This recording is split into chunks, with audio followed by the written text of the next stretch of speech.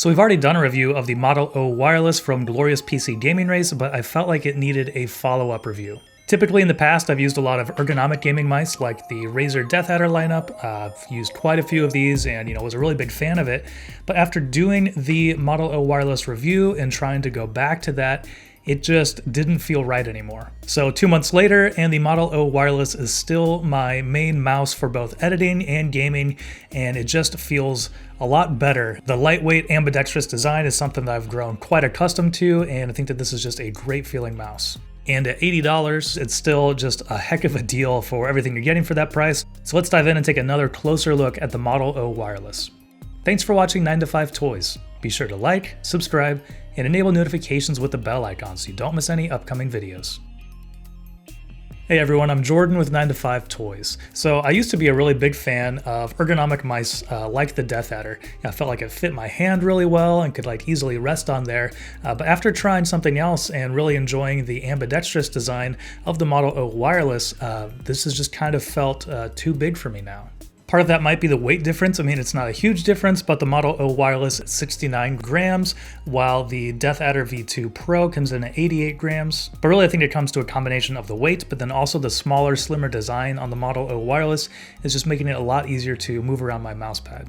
I found that it just felt a lot more effortless for making big swipes when playing FPS games. I usually play at 400 DPI, so some bigger movements are usually required. And I found that all those movements ended up being a little bit easier on the Model O wireless.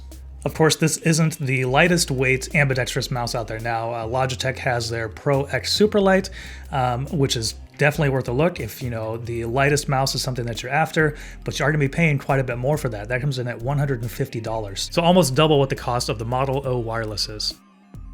So moving on to some other features, while Glorious claims you can get up to 70 hours of battery life from the Model O wireless, I get quite a bit less than that, but that's because I like to have the RGB turned all the way up. The way it's designed on here with the RGB streaks across the side and the honeycomb design, you can actually kind of see through and see some of the RGB on the other side as well.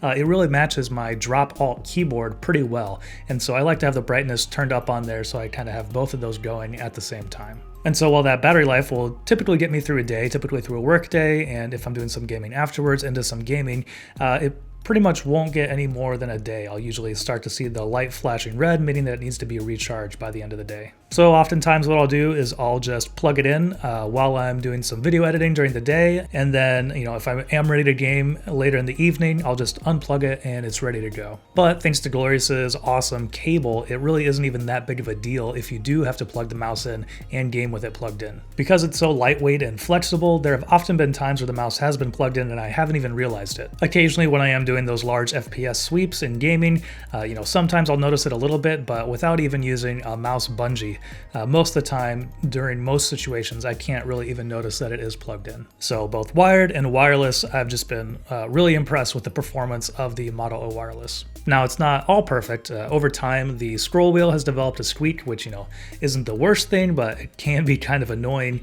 And also there seems to be a little bit more noise in the mouse one click than what there was a couple months ago.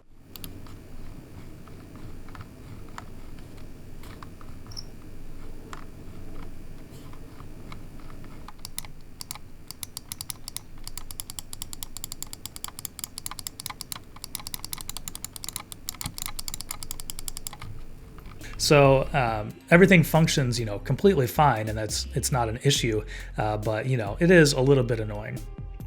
And a couple other features that I find myself really enjoying on the Model O wireless, I mentioned the RGB earlier when I was talking about battery life, but for a wireless mouse, this has some of the most RGB that I've seen. So if that's something that you're into, I think that's also really exciting, especially for this price point.